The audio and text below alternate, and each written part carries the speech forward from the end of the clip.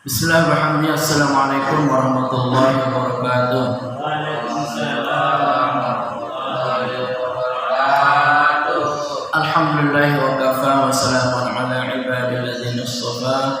Asyhadu an la ilaha illallah wahdahu la syarika lah wa asyhadu anna Muhammadan abduhu wa rasuluhu la nabiyya ba'dahu. Allahumma aslih ummata Muhammadin sallallahu alaihi wasallam wa farij 'an ummati Muhammadin sallallahu alaihi wasallam. Warham umat Muhammadin sallallahu alaihi wasallam wa anshur khadna qadratan fil alamin haqqi Muhammadin sallallahu alaihi wasallam. Amma ba'du, qala subhanaka la ilma lana illa ma 'allamtana innaka antal alimul hakim. Rabbi zidni 'ilma warzuqni fahma. Rabbi shrah li sadri wa yassir li amri wahlul 'uqdatam min lisani yafqahu qawli. Shadaqallahul 'azim. Yang kami hormati para jamaah sekalian, jamaah setia Masjid At-Tauhid Perumahan PGH 2 Blok A khususnya, hadir di tengah-tengah pengajian kita ini, yaitu sesepuh kita Bapak Dastur, Bapak Bin Ali. Kemudian hadir juga ada Al-Ustaz Usman Al-Faizin. Kemudian ada Pak Heri, ada Pak Hendra, ada ibu-ibu semuanya ini yang hadir pada pagi ini. Juga kepada kaum muslimin dan muslimat yang dapat menjangkau suara kami dimanapun Anda berada. Alhamdulillah, dengan segenap rasa syukur yang sedalam-dalamnya atas izin dan kehendak Allah SWT, pagi yang sejuk, indah, damai dan penuh berkah ini kita kembali bertemu dalam keadaan sehat walafiat. Gimana semuanya sehat ya? Alhamdulillah. Kita masih diberikan waktu yang sangat berharga untuk dapat melanjutkan perjalanan kehidupan kita untuk semata-mata beribadah dalam rangka kita mengumpulkan bekal sebanyak-banyaknya menghadap kepada Allah SWT suatu saat nanti.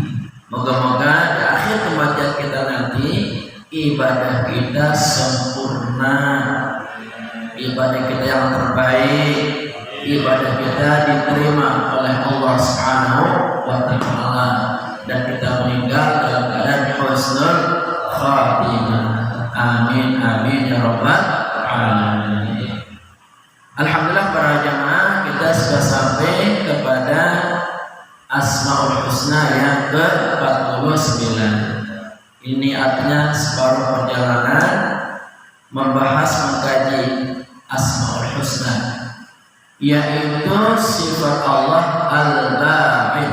Apa jamaah? Al-Ba'id. Al-Ba'id itu memiliki banyak arti secara bahasa, bisa berarti memutus, bisa berarti mendorong, bisa berarti membantu, bisa berarti membangkitkan. Itu makna-makna dari sisi bahasa.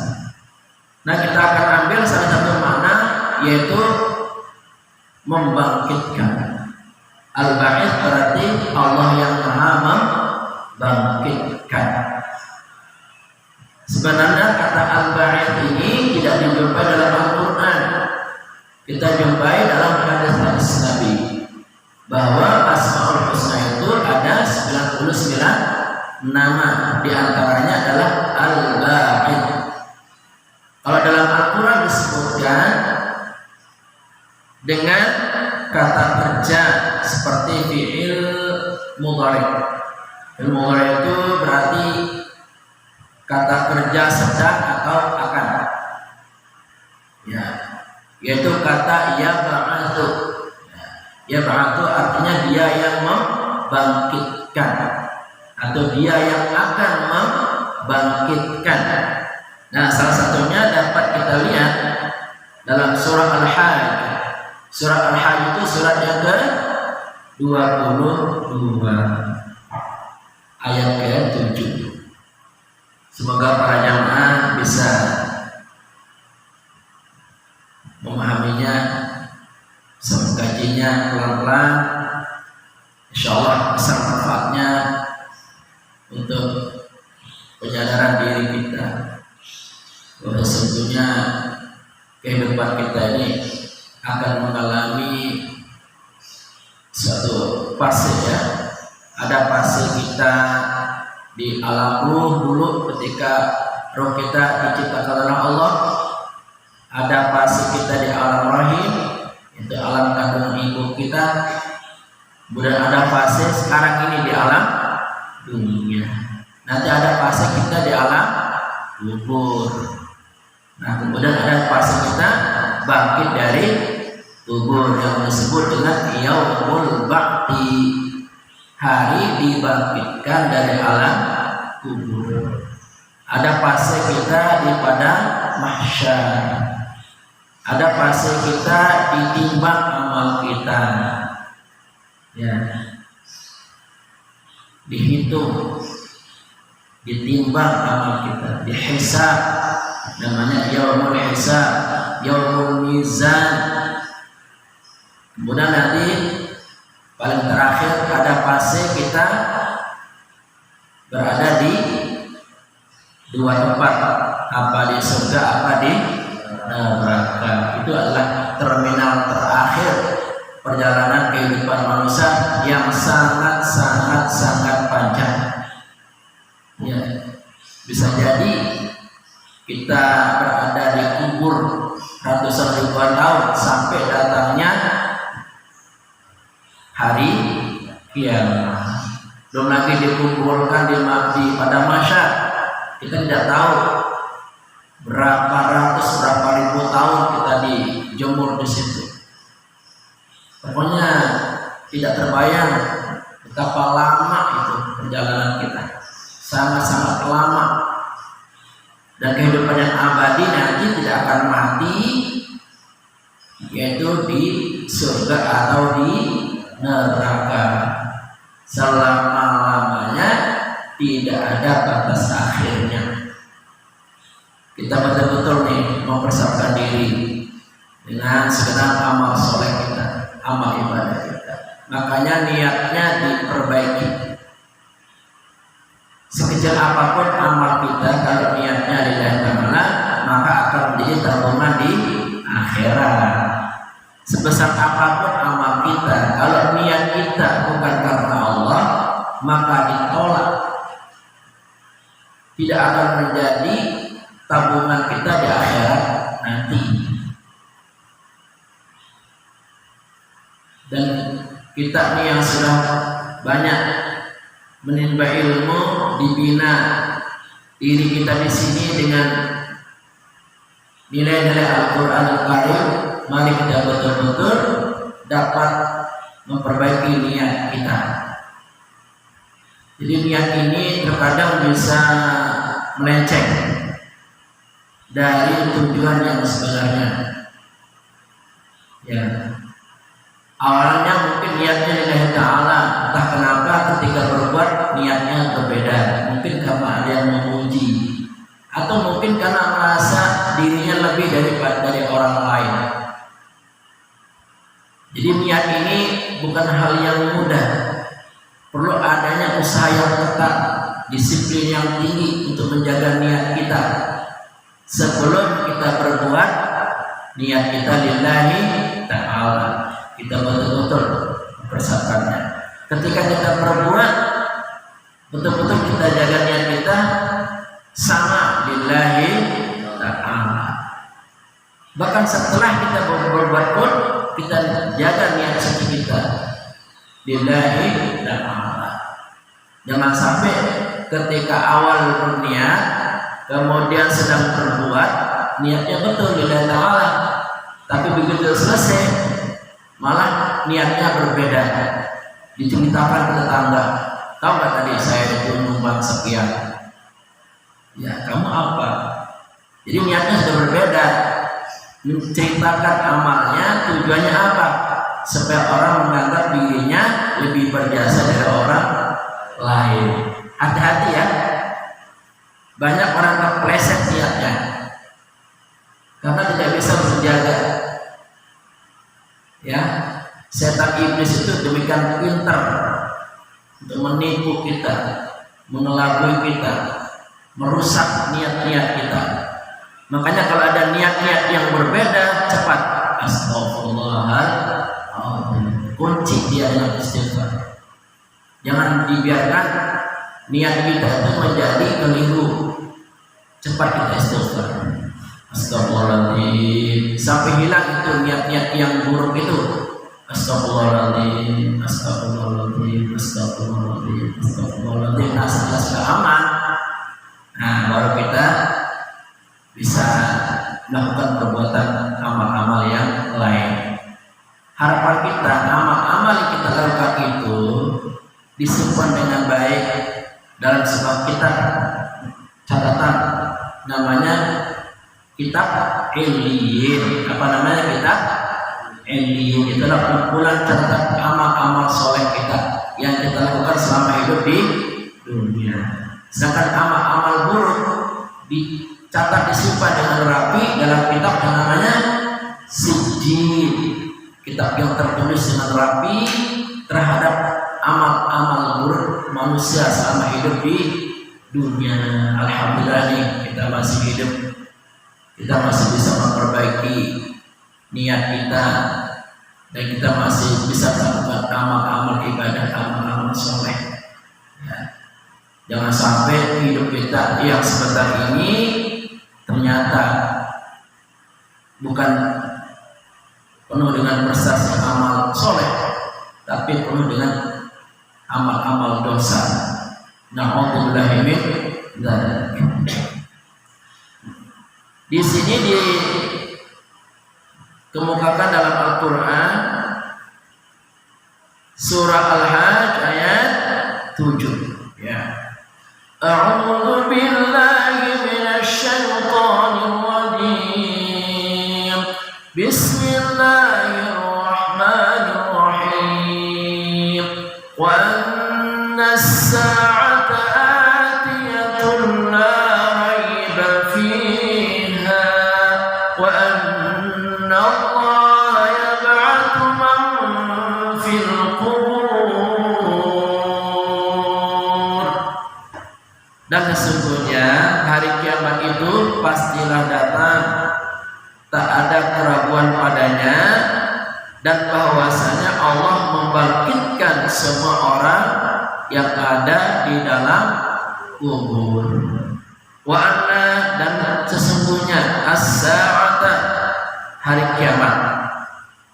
Anna ini adalah kata atau huruf taukid, artinya sesungguhnya benar-benar akan terjadi yang namanya hari kiamat. Atiyatun, datang. La, tidak ada raiba, keraguan. Fiha, di dalamnya. Wa anna, dan ini kembali nih menggunakan kata taukid untuk memperkuat bahwa sesungguhnya semua itu akan terjadi. Wa anna, dan sesungguhnya Allah ya ba'atsu, dia akan membangkitkan man, orang, fi, dalam al-kubur, orang yang ada di alam kubur. Nah, ini sudah dinyatakan dengan jelas bahwa hari kiamat itu akan terjadi, ditandai dengan tiupan sangkakala malaikat Israfil. Nanti ada dua tiupan. Tiupan pertama adalah tiupan terjadinya hari kiamat total, rusaknya, hancurnya alam semesta. Ya, langit, bintang, planet semuanya hancur berantakan, berkeping-keping. Bahkan gunung yang perkasa itu seperti bulu yang diterbangkan ke sana kemari. Manusia itu seperti laut diombang-ambing, lautan pun meluap, dipanaskan. Ya, sehingga bumi ini semuanya rata, tenggelam. air tumpah ke darat. Kemudian benda-benda, barang-barang yang berat dalam tanah itu akan dikeluarkan. Air, batu, timah, ya, semuanya akan dikeluarkan karena dahsyatnya goncangan gempa hari kiamat. Idza zulzilatil ardu zilzalaha, apabila bumi ini digoncang dengan goncangan yang sekuat-kuatnya, ya. Terus wa akhrajatil ardu athqalaha, maka beban-beban barang-barang yang ada dalam bumi itu akan keluar, semuanya keluar, tumpah. Wa qala al-insanu ma laha, maka manusia baru sadar, hari apa ini ya? Manusia itu nggak akan sadar sebelum datangnya hari kiamat. Bahkan gempa-gempa yang terjadi ini aja dianggap biasa karena seringnya. Gempa biasa, nggak sadar juga. Itulah manusia, sudah dikirimkan gempa, nggak sadar. Banyak gempa-gempa yang terjadi di dunia ini, tapi belum sadar juga. Nah, nanti ketika hari kiamat, di mana gempa terjadi di seluruh dunia, di seluruh bumi, baru pada sadar, hebat. Ada apa ini? Ada apa ini? Ya, sudah tidak ada lagi tempat berlindung. Mau lari kemana? Bumi semua digoncangkan sekeras-kerasnya. Barulah manusia sadar. Sebelum terjadi kiamat, manusia tak sadar. Banyak yang bertobat, mohon ampun, tetapi terlambat. Ya, tobatnya tidak ada yang bermanfaat, sia-sia. Na'udzubillahi min dzalik. Nah, setelah semua sudah hancur lebur, rata, ya, semua manusia mati. Matinya pun diterangkan 40, tapi enggak dijelaskan ya. Kita matinya selama 40, apa 40 hari, 40 tahun, apa 40 bulan, enggak dijelaskan. Pokoknya 40. Setelah hari kiamat kita manusia mati 40. Lalu ditiupkan tiupan kedua. Nah, tiupan kedua inilah semua manusia yang ada di alam kubur dibangkitkan, dan yang mati-mati karena terjadinya hari kiamat raksasa itu juga ikut dibangkitkan. Itulah sifat Allah Al-Ba'id, yang Maha membangkitkan. La ilaha illallah, la ilaha illallah, la ilaha illallah, Muhammadur Rasulullah. Al-Ba'id Maha membangkitkan manusia dari kuburan setelah terjadi tiupan kedua yang mengerikan. La ilaha illallah, la ilaha illallah, la ilaha illallah, Muhammadur Rasulullah. Nah, itulah yang akan terjadi bila tiupan sangkakala yang kedua. Maka semua penghuni kubur itu dibangkitkan, terbuka kuburnya, dan orang yang pertama kali dibangkitkan dari kubur adalah Nabi Muhammad Sallallahu Alaihi Wasallam. Kemudian disusul dengan umat-umat yang lainnya. Jadi gak kebayang ya, seluruh kubur bangkit, terbuka kuburnya, terbelah, kemudian bangkit dengan berbagai macam keadaan. Yang sudah tidur menderita tersiksa ribuan tahun, ratusan ribu, dibangkitkan. Ternyata hukuman itu tidak cukup dikubur. Hukuman yang abadi selama-lamanya nanti akan dilanjutkan di api neraka. Na'udzubillah min dzalik. Juga orang-orang yang bahagia dalam kubur. Ya, katanya orang yang bahagia dalam kubur, kuburnya itu laksana taman-taman surga. Raudhatan, ya, raudhatan fil jannah.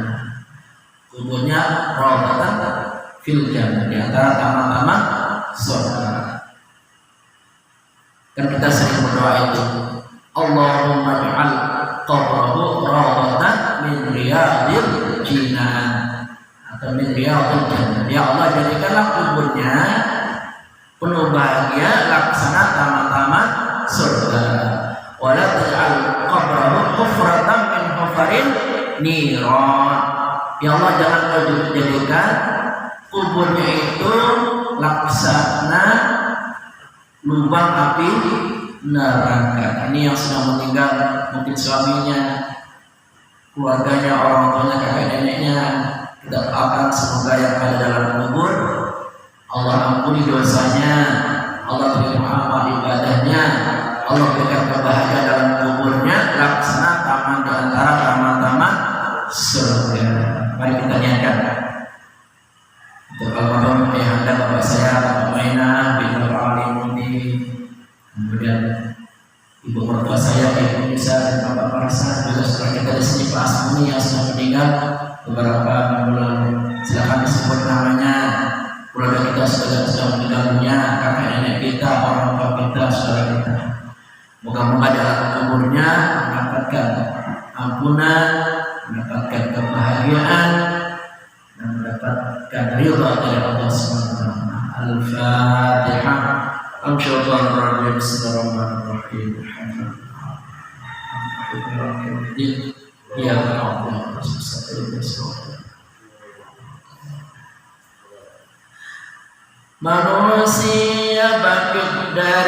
Manusia bangkit dari kuburnya sesaat keadaan matinya.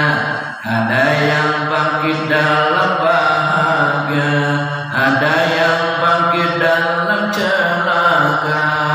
La ilaha illallah, la ilaha illallah, la ilaha illallah, Muhammadur Rasulullah.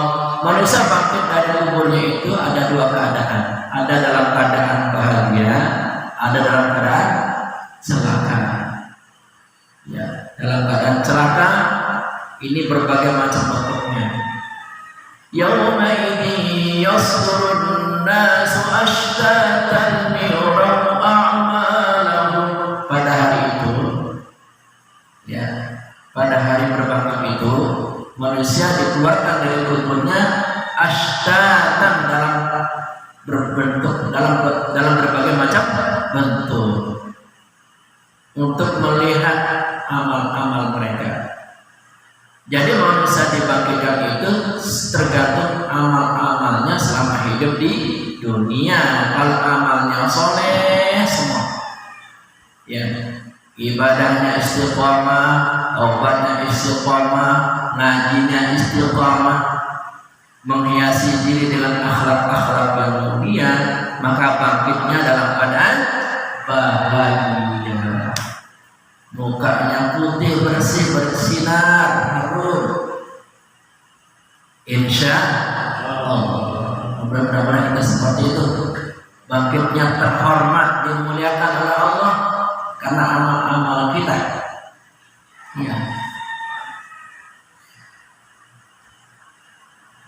Ada yang bangkit tidak memiliki tangan dan kaki. Bagi yang suka menyakiti tetangga sendiri. La ilaha illallah, la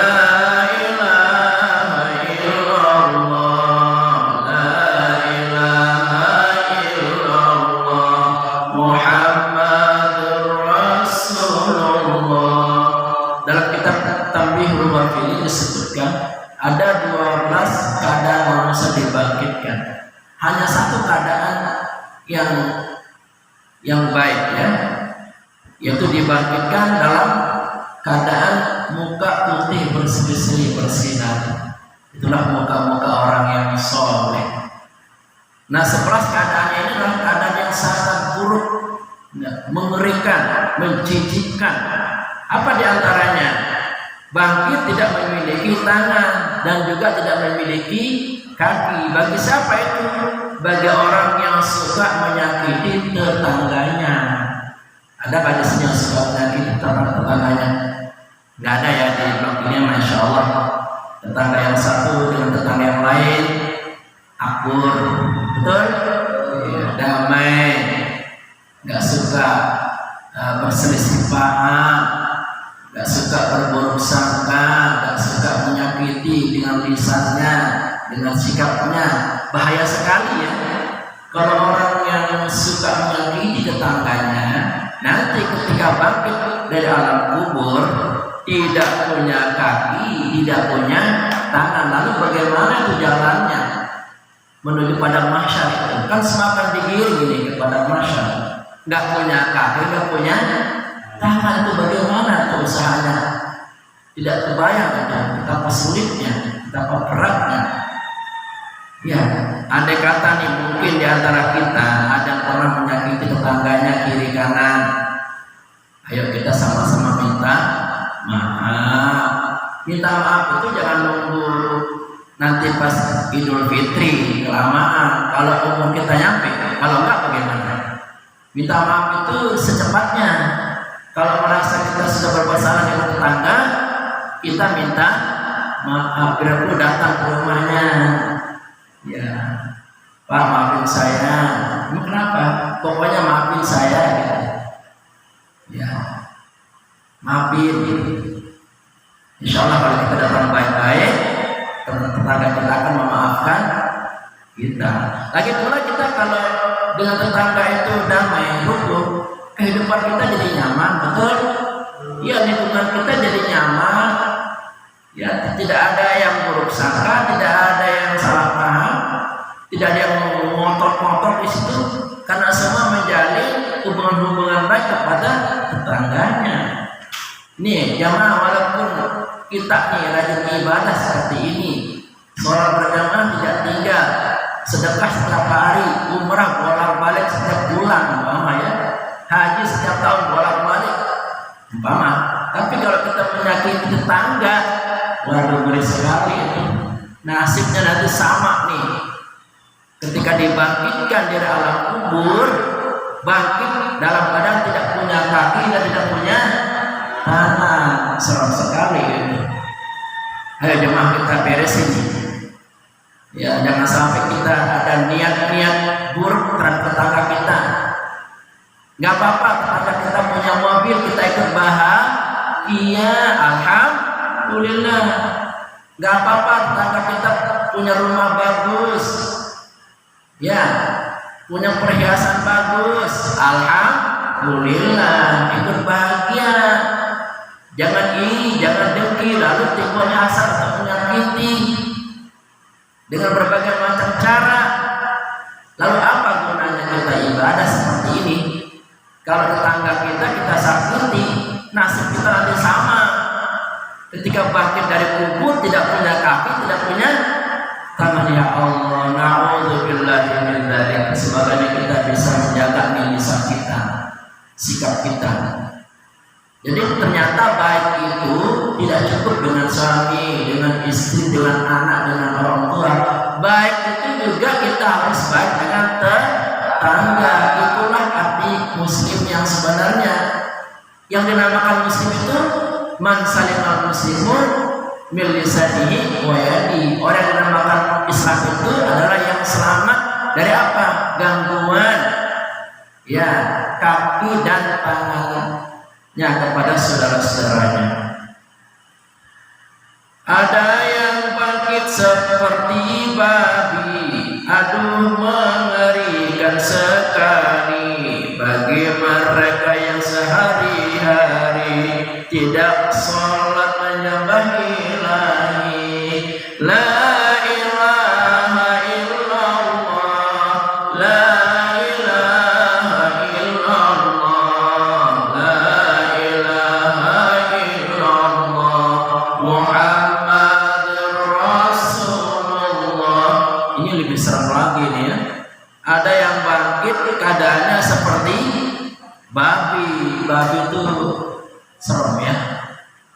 Bagi siapa itu? Bagi orang yang lalai, tidak mau sholat, padahal suara azan terdengar 24 jam, 5 waktu sehari semalam memanggil.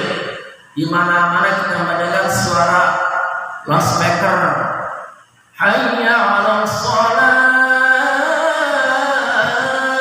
Wahai umat Islam, mari sholat, datang ke masjid.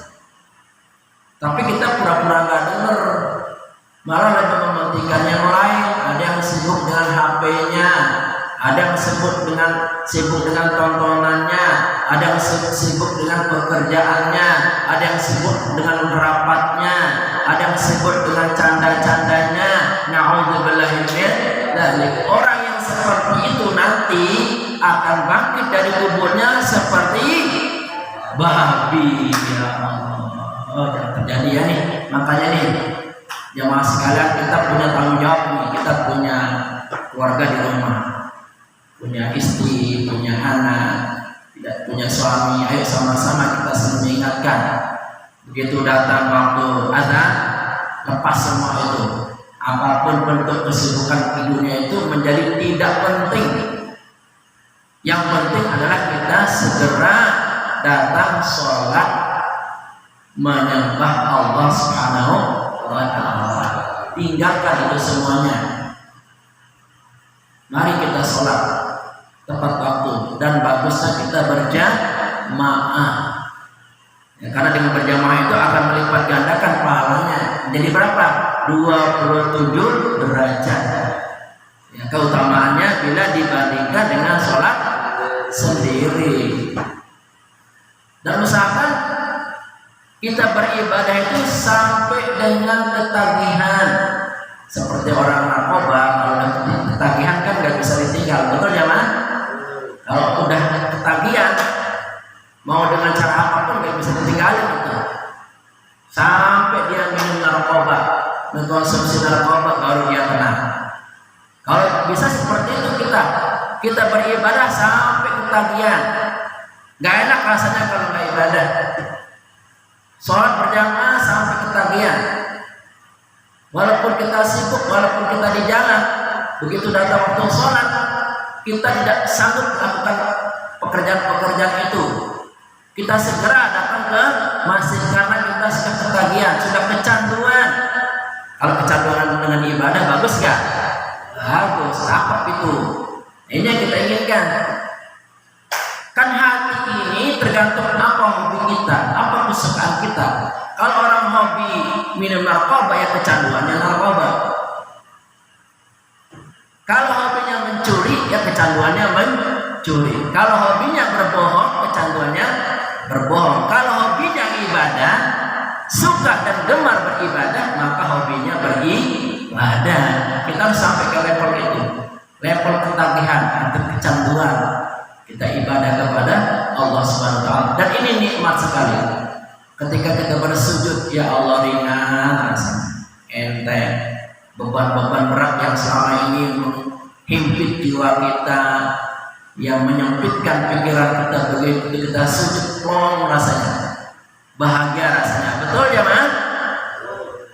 Jadi surganya kita di dunia ini adalah ketika kita sujud menghadap kepada Allah. Itulah surga dunia. Nikmat saudara-saudara, gak bisa kita bayangkan tuh, nikmatnya spiritual kita, nikmatnya batin kita ketika kita bersujud pada Allah Subhanahu wa Ta'ala. Saking pentingnya sujud ini sampai diwajibkan kita sholat 5 kali sehari semalam, belum lagi ditambah dengan sholat sunnah. Makanya mari kita nikmati ini setiap gerakan sholat, terutama dalam sujudnya, kita nikmati betul keindahan dalam sholat itu, sehingga nanti kita ketika bangkit dari alam kubur, Allah membangkitkan kita dalam keadaan yang bersih, bercahaya muka kita, harum. Ya, itu kita inginkan nanti, betapa mulianya kita, betapa terhormatnya kita dibangkitkan dalam keadaan baik-baik seperti itu. Insya Allah nih masjid jamaah Masjid At-Tawabin semuanya dibangkitkan oleh Allah dalam keadaan yang mulia. Amin ya rabbal alamin. Inilah enaknya ngaji, selalu ada doa. Doa itu menenangkan hati kita, membuat kita optimis. Seberat apapun keadaan kita, kalau kita berdoa, yakin Allah Subhanahu wa taala, la haula wala quwwata illa billahil aliyyil azim. Yang tadinya kita pusing, Allah akan mencabut rasa pusing itu. Yang tadinya kita resah, yang tadinya kita putus asa, Allah mencabut itu rasa-rasa dan putus asa itu, menggantinya dengan ketenangan dan keyakinan dalam hati bahwa la haula wala quwwata illa billahil aliyyil azim. Allah senantiasa akan menolong kita, memberikan kita kekuatan, energi, memberikan kita semangat, rasa optimis untuk menghadapi segala macam keadaan yang ada di alam dunia ini. Terakhir, ada yang bangkit dari mulutnya, keluarkan darah alangkah banyaknya. Bagi mereka sama di dunia, suka berbohong dalam berniaga. La ilaha illallah, la ilaha illallah, la ilaha illallah, Muhammadur Rasulullah. Ini terakhir ini. Ada yang bangkit dari mulutnya, keluar darah yang sangat banyak. Darahnya nggak berhenti-berhenti. Ya, jijik bau ya. Darah itu kan air. Jijik. Terus menerus dari mulutnya mengeluarkan darah. Bagi siapa itu? Bagi orang yang suka berbohong dalam berniaga, berjual beli. Barang jelek dikatakan bagus. Barang yang seharusnya murah ya, malah dijual sangat mahal. Pokoknya berbagai cara untuk dapat dagangannya laris dengan berbohong. Bahkan naudzubillah ada yang pakai dukun supaya laris, supaya dagangannya laris. Ya, jadi kebohongan dalam jual beli mungkin di dunia enak, dapat untung banyak, bisa bikin rumah bagus, ya bisa beli kendaraan, bisa memenuhi segala macam kebutuhan di dunia enak. Allah biarkan itu sampai menunggu dia tobat apa enggak. Kalau dia enggak tobat, padahal udah dikasih tahu jangan curang, ya, jangan berbohong dan jangan menipu dalam berniaga. Kalau dia enggak tobat, lihat aja nanti ketika bangkit dari kuburnya, dari mulutnya keluar darah mengalir begitu derasnya. Na'udzubillah min. Nah, ini enaknya kita ngaji. Kita diperingatkan terus oleh guru-guru kita. Ya, kita diingatkan bahwa nanti ada satu keadaan seperti itu. Ya, kita hidup ini tidak hanya di dunia. Kita akan melanjutkan di perjalanan kehidupan kita sangat panjang menuju alam kubur. Nanti menuju bangkitnya di alam kubur. Nah, kita tidak ingin bangkitnya ini dalam keadaan yang tersakiti, ya, dalam keadaan yang sangat buruk, sangat hina. Tidak mau. Kita ingin bangkitnya dalam keadaan mulia, ya, mukanya putih bersinar bercahaya, ya, kemudian bangkitnya dalam keadaan terhormat. Amin ya rabbal alamin. Semoga apa yang disampaikan ini menjadi suatu tambahan ilmu yang menyadarkan kita. Mohon maaf nih ada bincang-bincang sedikit dari Ustaz Al-Faizin Usman. Mungkin kita meluangkan waktu sebentar saja. Ada yang mau dibicarakan, kita diskusi sedikit seputar kegiatan masjid kita. Mohon waktu sebentar aja. Ada ide dari Pak Usman, Pak Faizin Usman untuk kebaikan gerakan perjuangan kita di masjid ini. Rabbana atina fid dunya hasanah wa fil akhirati hasanah wa qina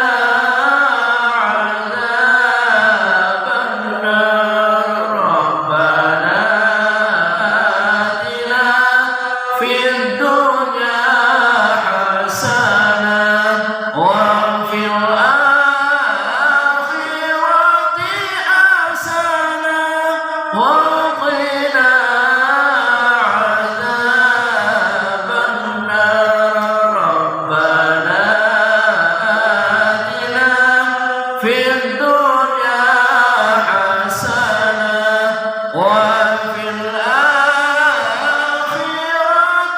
حسنة وقنا عذاب النار. كفرت المجلس. سبحانك اللهم وبحمدك asyhadu an la ilaha illa anta astaghfiruka wa atubu ilaik. Mari kita bersyukur kepada Allah. Walhamdulillahi